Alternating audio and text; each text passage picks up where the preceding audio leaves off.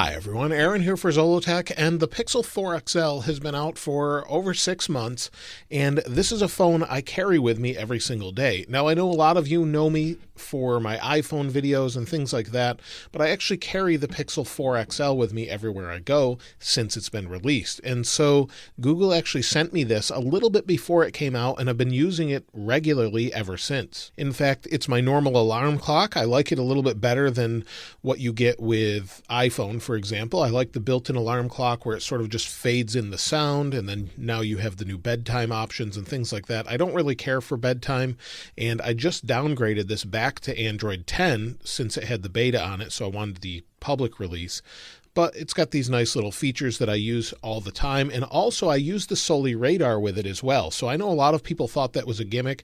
But for example, when the alarm's going off, if you just swipe your hand, it's really helpful to actually silence the alarm or snooze it or shut it off or any of those things. And as you bring your hand close to it, it actually starts to get quieter. So all of these little things I find to be very helpful over the past 6 months.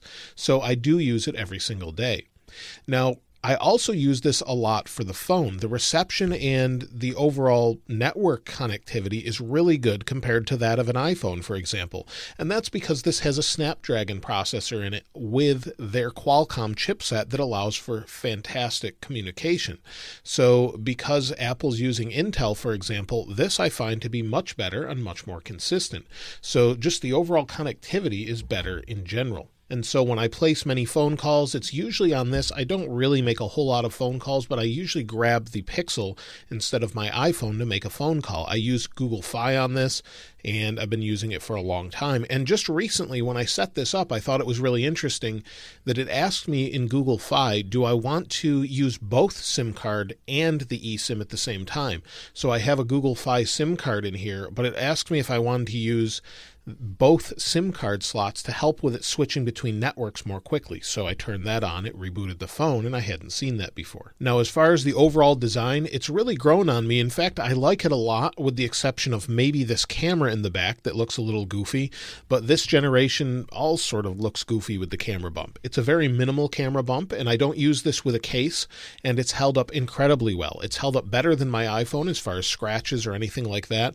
In fact, there's no scratches on it whatsoever. And I just put it in my backpack or in my pocket or in my car when I'm driving. Like I said, I use this very regularly for a lot of different tasks. And I just like the design. I do use the squeeze for Google Assistant. So squeeze, what's the weather today? And I find it to be, well, it's terrible weather today for this time of year, but I find this to be really nice to use just in general day to day. It's a great design. I love the textures on it. It's held up really well. I don't have any nicks or scratches anywhere around it. And I just think it's really durable and very underrated in general.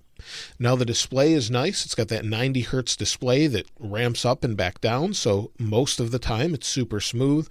So if we're going into something, say, Chrome here, and we go to the Google Play Store on Chrome, you can see we could just scroll through super fast. Maybe we'll go back, look at what's in our Today feed here, and it's just really nice to use that faster display at 90 hertz. So I have that turned on. I like it a lot, and the colors of this display are very accurate as well, which is something I value. I usually tend to put it on neutral. I'm not sure if I did that this time. Let's see here, or natural rather. I don't really like boosted or adaptive. Boosted is really saturated. I like a natural look that's color accurate. So this display is great. It has great viewing angles. It does go bright, not as bright as some of the others, so it's okay.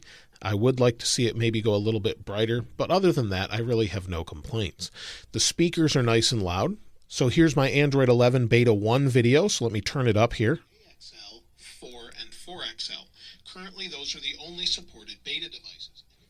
So it's nice and loud. I think it sounds good. It's got great stereo sound, and I pick this one up quite a lot instead of my iPhone to use for watching videos. I just think it's a great experience overall. Now, one thing I really like about the Pixel lineup, as opposed to, say, the S20 or any of the other phones out there, is the regular monthly updates. Now, I cover these videos regularly. If you didn't see that in my feed here, I'll let it reload, but you'll see if I go through every time there's an update, We have a Pixel June 20th update or June 2020 update and the Pixel feature drop, and you continually get updates with this phone. So you get 3 years of updates minimum with monthly security updates and then feature drops throughout the year. And that's something you don't necessarily get on other phones.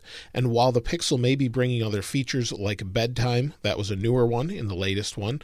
Bedtime was one of the newest features. While you may get this on other phones, it's not implemented the same way right into the OS, so it just feels more polished on this particular device, in my personal opinion. So I love that you get regular updates. It's nice and secure.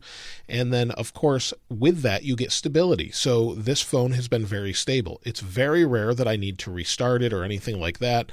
I don't have many app crashes. Everything just seems to be nice and fast all of the time. So I really enjoy using this phone. And then battery life, well, I know some people had some issues earlier on, but they keep increasing the quality of the battery. So you'll see it said it should last until about 11 a.m. That means 24 hours from now, based on normal use. Now, battery saver, of course, you could turn that on a schedule. If we go to battery usage, you can see that this one, while it hasn't been used very much today, like I said, I rolled it back to Android 10 just so I could use it on the public release. But in general, battery's pretty good. It gets me through a day without a problem. I have no issues with it. 6 hours of screen on time, something like that, no problems whatsoever. And then there's my favorite thing of this phone, and that is the camera. The camera is by far the best on most smartphones, in my opinion, for regular pictures. In fact, I can rely on it to take a quality picture when I want to do a thumbnail for a video, for example. So any of the photos that you see when I'm outside, I did a lot more of those last year based on current situations. Any of those thumbnails were taken with this phone. It's got a nice quality camera. It does great as far as its dynamic range. And with the computational photography, it's just super clear and clean. You'll see as I zoom into the lenses of the iPhone 11 Pro Max here, you can see the dust nice and clear. And most people, especially on a thumbnail, could never tell the difference between this and a regular camera. So it does a great job, especially if you have great lighting. Other than that, I think the one thing that held it back is its price, not necessarily its design or overall look or anything like that. I think the price when it came in new was just a little too high for the specs that it had. Had Google added maybe 4 more gigs of RAM, I think less people would complain. But in general, I think if you added a little bit bigger battery, more RAM, people would be incredibly happy. But if this is around $500, whether you get it used or refurbished or even new on a huge discount, this is well worth that price. So maybe we'll see something different with the next generation, the Pixel 5 or the 4a. But right now, this is a fantastic phone, and I still recommend it if you can get a great deal on it. But let me know your experience with the Pixel 4 XL in the comments below. If you'd like to get your hands on this wallpaper, I'll link it in the description as I always do. And if you haven't subscribed already, please subscribe. And if you enjoyed the video, please give it a like. As always, thanks for watching. This is Aaron. I'll see you next time.